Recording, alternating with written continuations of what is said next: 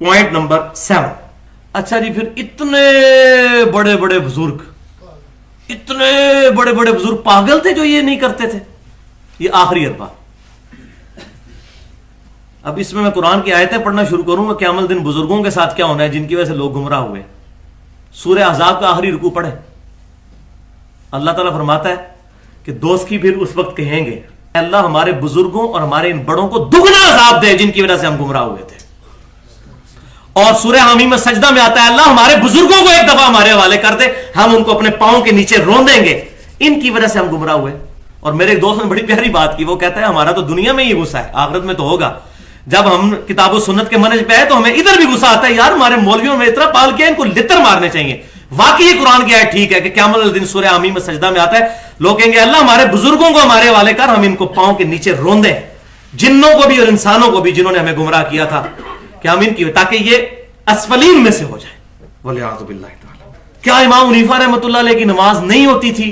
کیا فلاں تابعی کی نماز نہیں ہوتی تھی؟ اچھا، اس کے بھی اصولی جواب میں نے 5 تیار کیے چھوٹے چھوٹے. پہلا اصولی جواب یہ ہے کہ بھائیو، قرآن اور سنت اور سلف کا اجماع یہ ہے مین چیز، اس کو ہم نے فالو کرنا ہے. اور قرآن پاک میں بھی یہی حکم ہے فَإِن تَنَازَعْتُمْ فِي شَيْءٍ فَرُدُّوهُ إِلَى اللَّهِ وَالرَّسُولِ إِن كُنتُمْ تُؤْمِنُونَ بِاللَّهِ وَالْيَوْمِ الْآخِرِ. اگر تم یوم آخرت پر اور اللہ پر ایمان رکھتے ہو تو جب بھی جھگڑا ہو اللہ اور اس کے رسول صلی اللہ علیہ وسلم سے فیصلہ کرو. اور آج یعنی کتاب و سنت ایز این انسٹیٹیوشن اللہ اور اس کے رسول ہم میں موجود ہیں، ایز این انسٹیٹیوشن یعنی کتاب و سنت. دوسرا جواب، خود ہمارے ائمہ کرام نے، امام ابو حنیفہ رحمۃ اللہ علیہ، امام شافعی، امام مالک، امام احمد بن حنبل، امام جعفر الصادق، تمام ائمہ نے فرمایا کہ ہماری کوئی بات بھی صحیح حدیث سے، ایون صحابی کے قول سے بھی ٹکرا جائے اس کو چھوڑ دو. لہذا ہم اماموں کو بھی مانتے ہیں، اماموں کی بھی مانتے ہیں. ہمیں پتا چلا کہ امام حنیفہ رحمۃ اللہ علیہ کی طرف منسوب یہ بات، اب اس کی بھی کوئی سند نہیں ہے کیونکہ امام شافعی کی کتاب بھی ہے، امام احمد بن حنبل کی کتاب بھی دنیا میں ہے، امام مالک کی کتاب بھی موجود ہے، امام حنیفہ کی اپنی کتاب کوئی موجود نہیں، ورنہ ہم دیکھتے تو اس پہ بہرحال انڈائریکٹلی جو پتا چلتا ہے. تو ہم نے انہی کی بات پر، امام حنیفہ رحمۃ اللہ علیہ کی بات پر عمل کیا کہ ہمیں اتنی صحیح حدیث ملی، ہم نے ان کا قول چھوڑ دیا اگر ہے کہیں پر. اور خود ہمارے حنفی بھائیوں نے بھی چھوڑا ہوا ہے. یہ جواب نمبر ہے 4.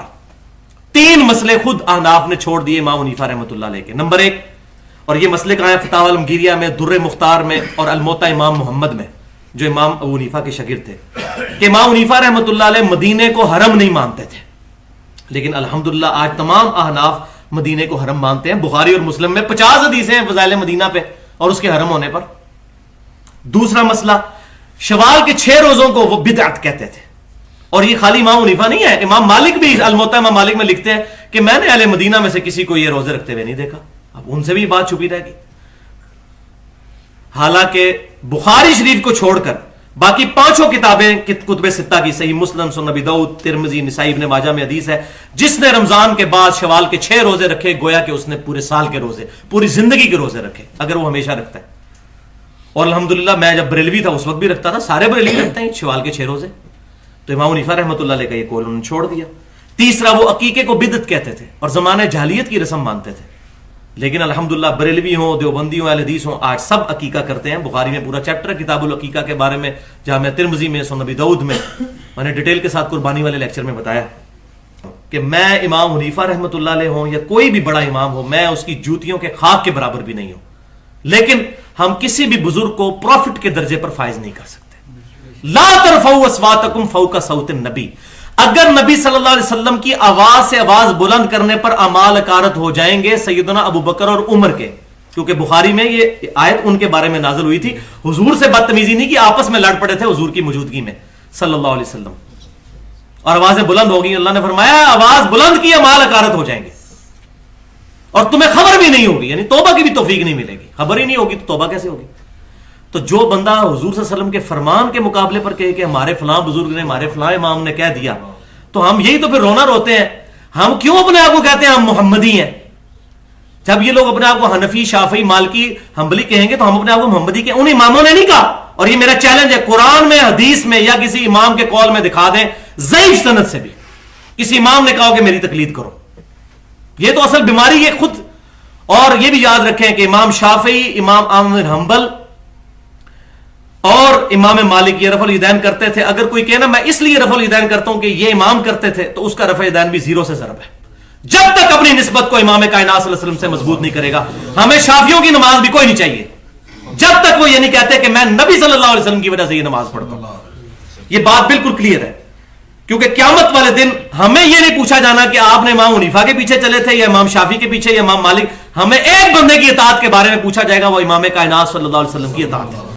اور نبی صلی اللہ علیہ وسلم کی صحیح بخاری میں انٹرنیشنل نمبرنگ کے مطابق 7281 نمبر حدیث ہے، محمد فرق بین الناس، محمد صلی اللہ علیہ وسلم لوگوں میں حق اور باطل کے درمیان فرق ہے.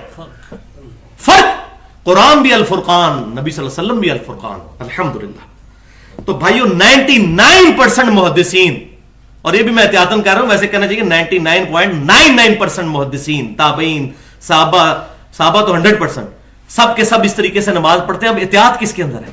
اور خود جن بزرگوں کے نام لیوا ہے، امام محمد غزالی رحمۃ اللہ علیہ المتوفا 505 ہجری، انہوں نے کیمیائے سعادت میں نماز کا یہی طریقہ لکھا.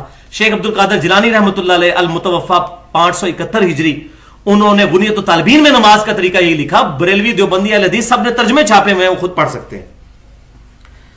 اور خود شاہ ولی اللہ دہلوی رحمۃ اللہ علیہ المتوفا 1176 ہجری، انہوں نے حجت اللہ البالغہ میں لکھا. اور اس زمانے میں تو آپ کو پتا ہے رفع الیدین کرنے کا مطلب تھا گھاٹا اتار دیا جائے.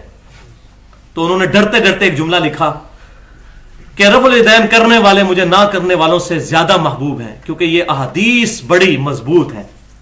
3 لیکچرز میں یہاں پر بتا دوں، کیونکہ میں یہ ٹاپک تقلید کا چھیڑ بیٹھا. پہلا لیکچر ہے مسئلہ نمبر 10 کے نام سے اہل سنت پاک.com پر، تقلید اور اتباع سنت میں فرق کیا ہے. 50 منٹ میں بالکل مسئلہ کنکلوڈ کر دیا الحمدللہ. دوسرا لیکچر مسئلہ نمبر 11 کے نام سے تقلید اور پہلے 300 سال کے مسلمانوں کے بزرگ اسلاف. اور تیسرا لیکچر مسئلہ نمبر 31 کے نام سے 40 منٹ کی گفتگو ہے، اجماع کی حجیت اور اس کی 17 مثالیں. اصل میں اکثر مسائل جو ہیں وہ اجماع سے ثابت ہو جاتے ہیں، تقلید کی ضرورت ہی نہیں رہتی. اور اجتہاد جو ہے وہ اسلام کا چوتھا رکن ہے اور قیامت تک جاری رہے گا.